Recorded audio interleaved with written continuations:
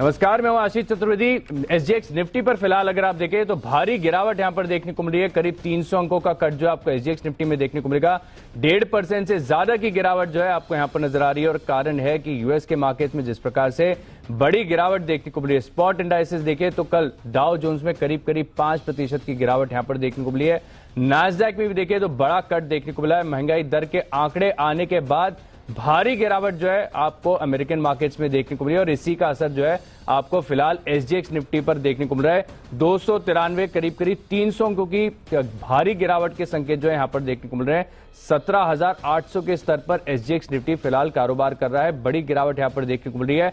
हालांकि Dow futures अगर आप देखें तो लगभग सपाट है, वहां पर कोई भी रिकवरी के संकेत देखने को नहीं मिल रहे हैं और बड़ी गिरावट जो है कल आपको यूएस के मार्केट से नजर आई और इसी का असर जो है आप फिलहाल स्क्रीन पर देख रहे हैं। अंतर्राष्ट्रीय बाजार में सब में अगर आप देखें तो बिटकॉइन हो या फिर दूसरे सोने चांदी कमोडिटीज में देखें, सब में ही बड़ा कट आपको देखने को मिला है। महंगाई दर के आंकड़ों के बाद यूएस के मार्केट्स में जो गिरावट आई है इसका असर आपको एशियन मार्केट्स पर भी देखने को मिल रहा है। कॉस्पी में भी देखें तो करीब 2% की बड़ी गिरावट यहां पर देखने को मिल रही है। लेकिन इस गिरावट का असल कारण क्या है और एक गिरावट कब तक जारी रहेगी, इसी को आज इस शो में डिकोड करेंगे।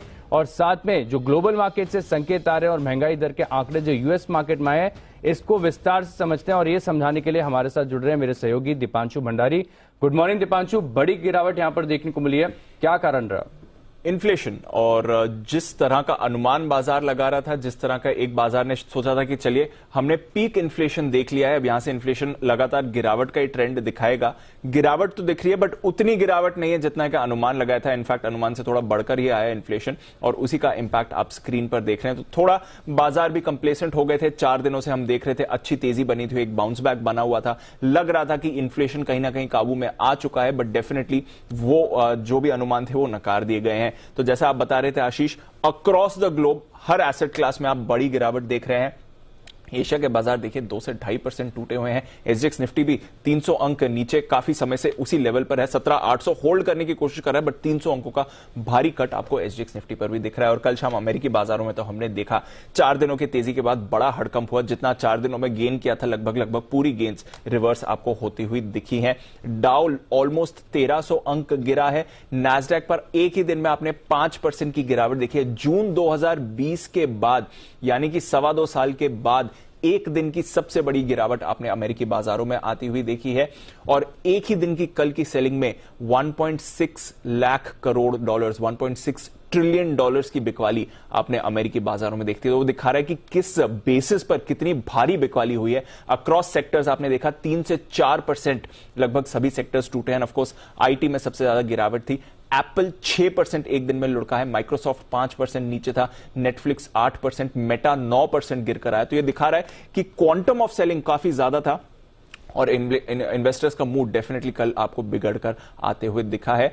बॉन्ड यील्ड पर रखिए नजर। 10 साल की बॉन्ड यील्ड अब उछलकर 3.4% के पार है। वहीं जो 2 साल की बॉन्ड यील्ड है अब वो 3.8% के लेवल पर आ गई है। 15 साल की नई ऊंचाई पर आपको ये यील्ड आती हुई दिख रही है। दिखा रहा है इन्फ्लेशन अब वापस कितनी बड़ी चिंता बन गया है। और क्यों ना हो, क्योंकि अनुमान लगाया गया था कि इन्फ्लेशन 8.1% पर आएगा, उसके मुकाबले 8.3% पर आपको आते हुए दिखा है। तो बाजार कहीं ना कहीं एक्सपेक्ट कर रहा है कि लगातार इन्फ्लेशन गिरेगा और गिर भी रहा है। 9% से हमने देखा 8.1% पर आ गया। पिछले महीने 8.5% का था बट अनुमान था कि इससे ज्यादा गिरना चाहिए और उतना गिरा नहीं है। फ्यूल और एनर्जी कॉस्ट तो एक परेशानी बनी हुई है बट इसके अलावा बाकी सभी जो इन्फ्लेशन के कंपोनेंट्स हैं वहां पर भी आपने बढ़त देखी है। स्पेशली हाउसिंग की अगर आप बात करें, फूड इन्फ्लेशन एक बड़ी चिंता बना हुआ है, मेडिकल इन्फ्लेशन एक बड़ी चिंता बना हुआ है और वहां पर भी आप जो प्राइस हाइक्स देख रहे हैं वो एक चिंता का विषय बन रहा है। और निवेशकों का डर यही है कि अब फेड को और ज्यादा अग्रेसिव होना पड़ेगा, रिसेशन भी आ सकता है। इनफैक्ट अब अनुमान लगाया जा रहा है कि अगले हफ्ते की पॉलिसी 21 सितंबर को जब आएगी तो 68% जानकार अब मान रहे हैं कि 0.7% की हाइक होगी। वहीं 32% जानकार मान रहे हैं कि 1% की बढ़ोतरी भी आपको आती हुई दिख रही है। कल तक यानी कि इन्फ्लेशन डेटा से पहले तक कोई भी नहीं मान रहा था कि 1% की रेट हाइक आ सकती थी। 90% मान रहे थे कि 0.5% की रेट हाइक होगी। अब 32% मान रहे हैं कि 1% की रेट हाइक होने वाली है। तो यह दिखा रहा है कि किस तरह से इन्फ्लेशन की एक्सपेक्टेशंस की वजह से आप रेट्स की बढ़ोतरी के एक्सपेक्टेशन भी बदलते हुए देख रहे हैं, और वो एक बड़ी चिंता बनी हुई है। बग्गा साहब भी आपके साथ जुड़ेंगे, वो इसके बारे में थोड़ा और भी आपको बताएंगे। बट काफी बड़ा रिएक्शन बाजार ने दिखाया है, एंड ऑफ कोर्स इंपैक्ट हमने देखा है और एसेट क्लासेस में भी। यूरोप 2% तक नीचे था। कच्चा तेल हम देख रहे हैं वापस $93 पर आ गया है। सोना फिसलकर $1700 पर आ गया है, और डॉलर इंडेक्स अब वापस आपको ऊपर जाने के संकेत दे रहा है। तो अक्रॉस एसेट क्लासेस इस इन्फ्लेशन की डेटा से आशीष हमने एक बड़ा इंपैक्ट कल अमेरिकी मार्केट और ऑफ कोर्स ग्लोबल मार्केट्स में देखा है। तो बड़ा इंपैक्ट जो इन्फ्लेशन के आंकड़ों से देखने को मिला, और इसी का असर जो है भारी गिरावट आपको अक्रॉस देखने को मिल रही है।